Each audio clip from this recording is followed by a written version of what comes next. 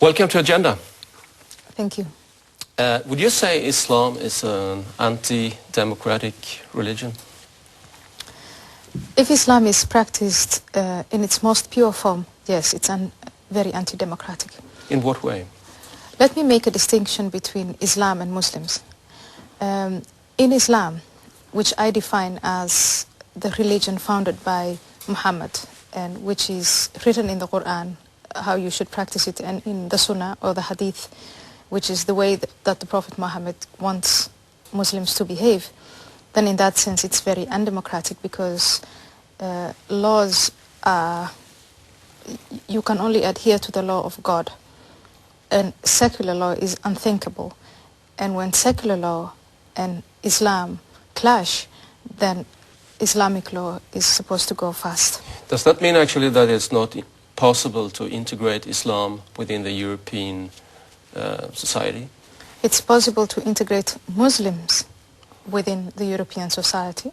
If you wanted to integrate Islam, then that means that you would have to rub out a lot of passages from the Quran and from the Hadith, which of course you wouldn't do. But I think the idea would be to teach Muslims to reform their religion in a way that it is adaptable to countries with a liberal democracy. You wrote the script to the film Submission, yes. Which focused on the suppression of Muslim women. What did you actually want to accomplish with that film? In the first place, I wanted to put down a concept of Islam as a religion where you can move from submission to the will of God. That's the name of the film, but submission is also the translation of Islam, to a concept where you have, as an individual, a different relationship with God, and that means one of dialogue, one of confrontation. Next, I wanted to show that there are passages in the Holy Quran which are very, very cruel to women and which are practiced.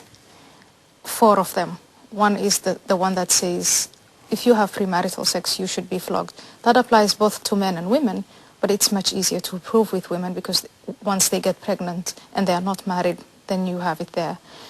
There is a verse that says the woman should be beaten when she's not obedient to her husband, which tells the men that they can have sex with their wives whenever they want, even if the wife doesn't want to.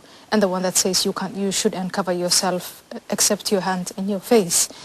And through submission, by putting these passages on the bodies of women and translating that into image, I wanted to provoke discussion on the content and the way it's practiced. But did you have any idea at that time what kind of reaction this film should trigger?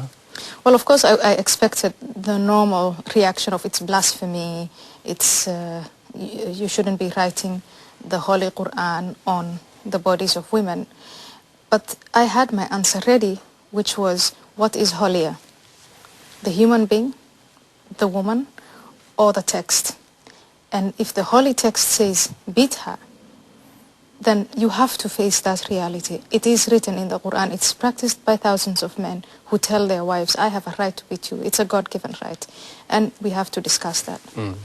As a result of the film, the filmmaker Theo Van Gogh was stabbed to death of a Muslim fanatic because of the film, actually. He was stabbed to death, he was slaughtered, and he was shot. He was killed in a very, very cruel way. Do you, in any sense, felt some kind of responsibility for his death? Of course I did, because he was killed, or the direct reason to kill him was because of making the film Submission. So in that sense, I felt and still feel very bad about it. I still feel guilty about it. On the other hand, I don't regret making Submission at all,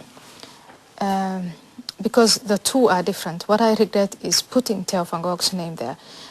When we were making the film, we both decided we are not going to have the faces of the actresses shown, and we are not going to put the rest of the crew on the names of the production team on the title role. But Theo Van Gogh insisted that he wanted to do that, and he said, the minute you kill my voice, the minute you say I can't have my own film shown, then in a way I am dead, and he didn't want to do that. And I know it's on hindsight, and I really think it's horrible that he had to die in that way. But I also think he's very brave, and he was very honest and very vocal in saying, we should not be allowed to be shut up. The murderer left behind a death threat against you, a letter stuck to Van Gogh's chest with a knife. How did that affect your life? I had security, and the security I had at that time was maximized. I've also become more afraid because even though I had threats before and I knew I was being protected, I didn't know precisely against what. And the whole scene, the killing of Theo Van Gogh, the way he was killed, made it real that the people who are threatening are willing and able to carry it out. So in that sense, yes, it's put me in a very harsh reality. And you are constantly protected by bodyguards, even as we speak. Is it possible for you to live any kind of normal life? I try as much as possible to lead a normal life, yes. Radical Islam is a danger to the entire world, according to your book, which will be released this week in Sweden. In what way do you think governments, politicians should deal with this issue? I think in the first place by calling problems by their name.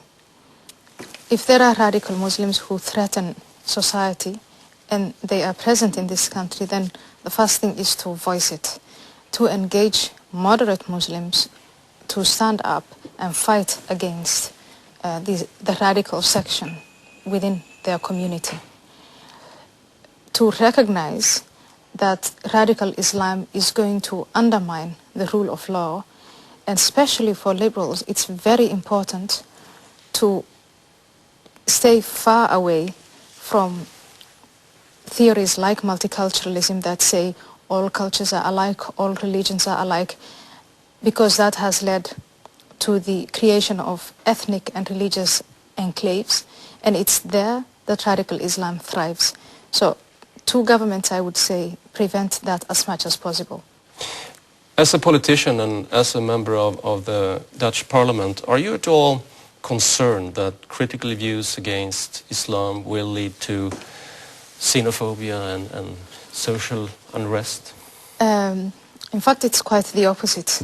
I think that right now, the debates, which is crucial to the future of Europe, between migrants and natives, and Europe needs migrants, is being monopolized by the radical right. And I think that it's time now that liberal parties take that debate away from them. In some countries like Belgium, the debate is being monopolized by the radical right and by the radical Islamist groups. And I don't think it belongs there. And I think keeping things as they are, the moderate parties just keeping quiet and not mentioning the problems there will make the problem grow bigger and bigger. That's our experience in the Netherlands. And I would say no, it would be working into the hands of xenophobia and xenophobic people if we just pretend there is no problem and stick our heads in the sand. Ayaan Hirsi Ali, thank you very much for talking to us tonight. You're welcome.